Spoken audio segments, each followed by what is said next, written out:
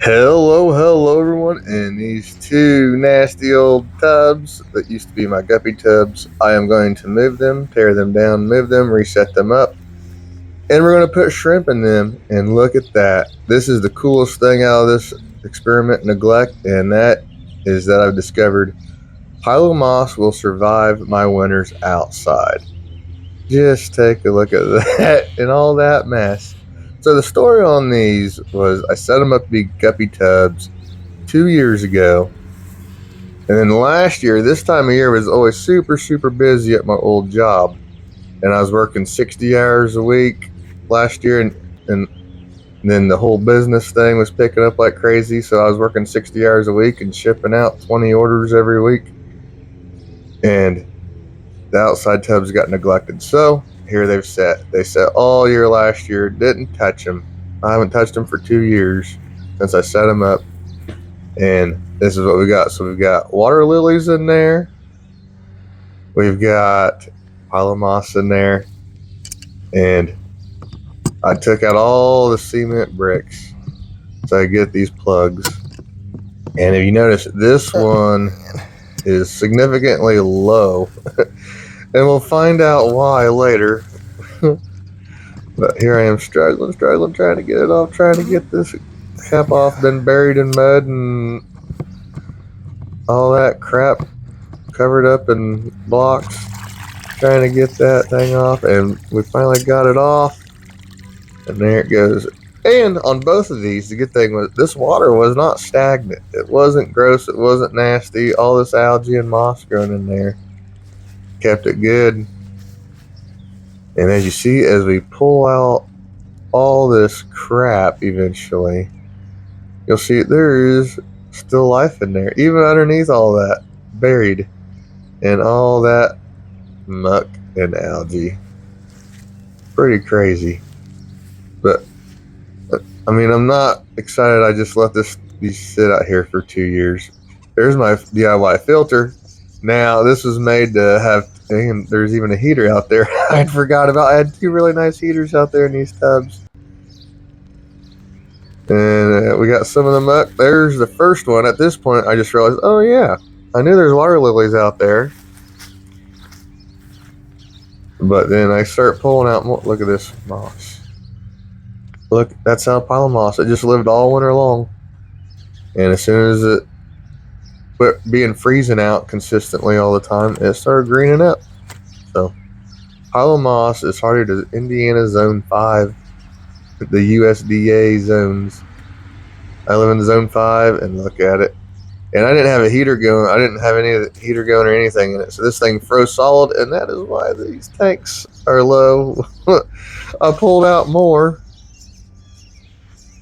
And oh yeah, I forgot. I had two water lilies. They're both the same water lily. And then we got it turned upside down, dumped out. You can see all the junk in the yard. I pulled out just this one because the other one's still there. Look at that. Ugh. Now we take it over to the hose and we're going to give it a real good rinse.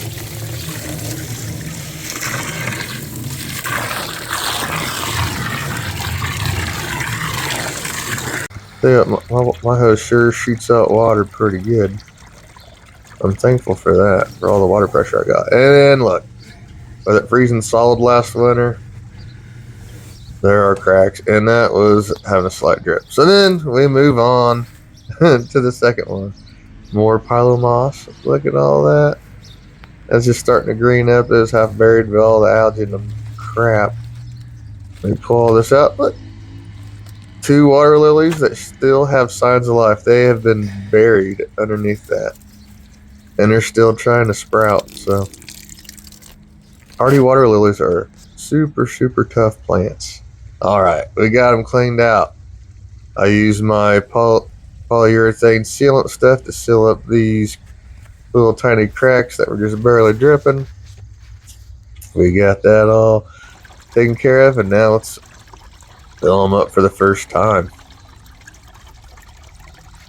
And look at that, I rigged up a shade cloth because that was one of the problems we had with the guppy tubs on the side of the house. There's the filters and the water lilies. Whoa! You getting ready Uncle Gary's while the ponds fill up? But I needed to find a way to get some shade over these things, because if you don't get shade on them, it is just full. They get full afternoon sun. So now these get this gets mostly shade till about 2, 3 o'clock in the afternoon, and then they're full sun. And there's the overflow. Got a piece of sponge, drilled a hole, stuffed a piece of sponge in there so that it don't overflow the top. When we get a bunch of rain, we got that one set up. And now this one is filling up.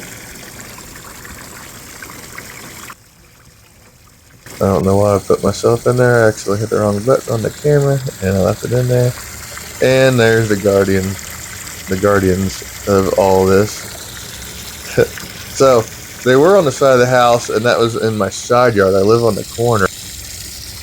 And after, I think someone got in there and stole a bunch of my guppies. I don't know who, probably neighbor kids. Either the kids or a cat or whatever got in there and wiped me out. So now I moved them in the backyard into my fenced-in yard up by the deck, where we're always at.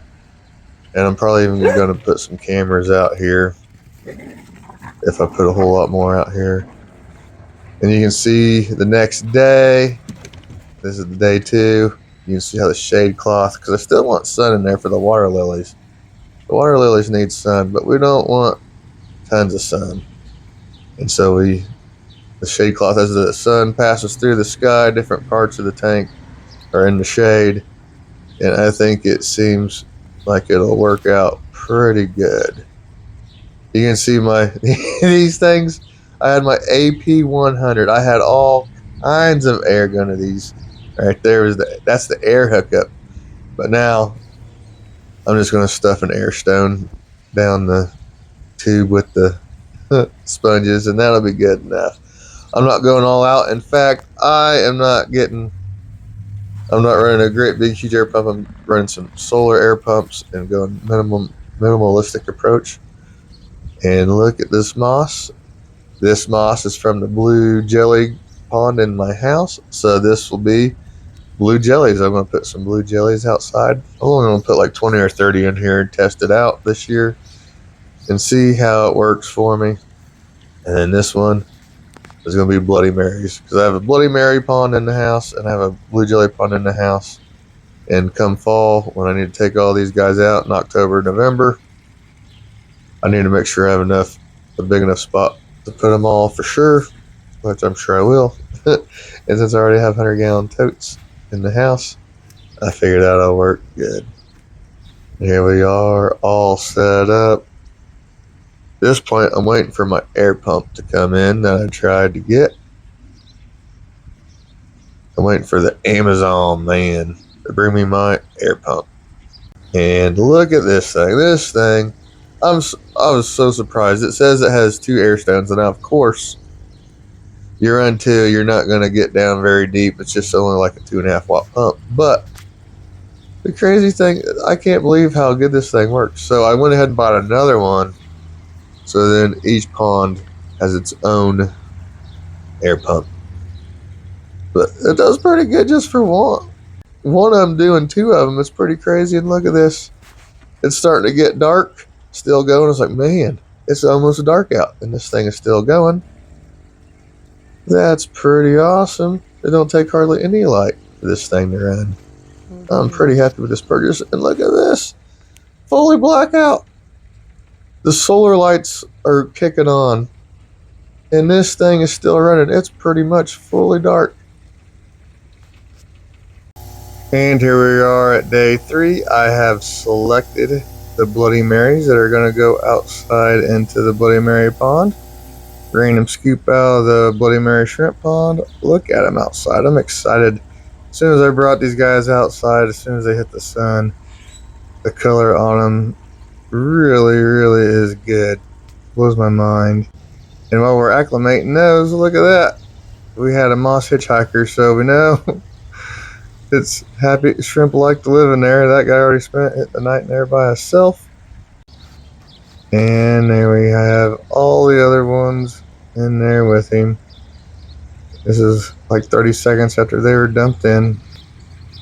Looks like everything's gonna be good. And these are the blue jellies that are going outside. I didn't get too carried away. Now, if these do good, I'm gonna do a whole bunch more of these. There they are, acclimating in following years for sure. And we're gonna release them. I tried to get the release of the Bloody Marys, but I forgot to hit the record button, so I messed that one all up. But here's the release of the blue jellies. Again, there's about 30 of each in each tub. So we'll see how this works out. And if it's something that does good with how once I get a method figured out that's working, I'll probably go all out with this and end up having dozens of these in my yard in the future. But I think this worked out pretty good.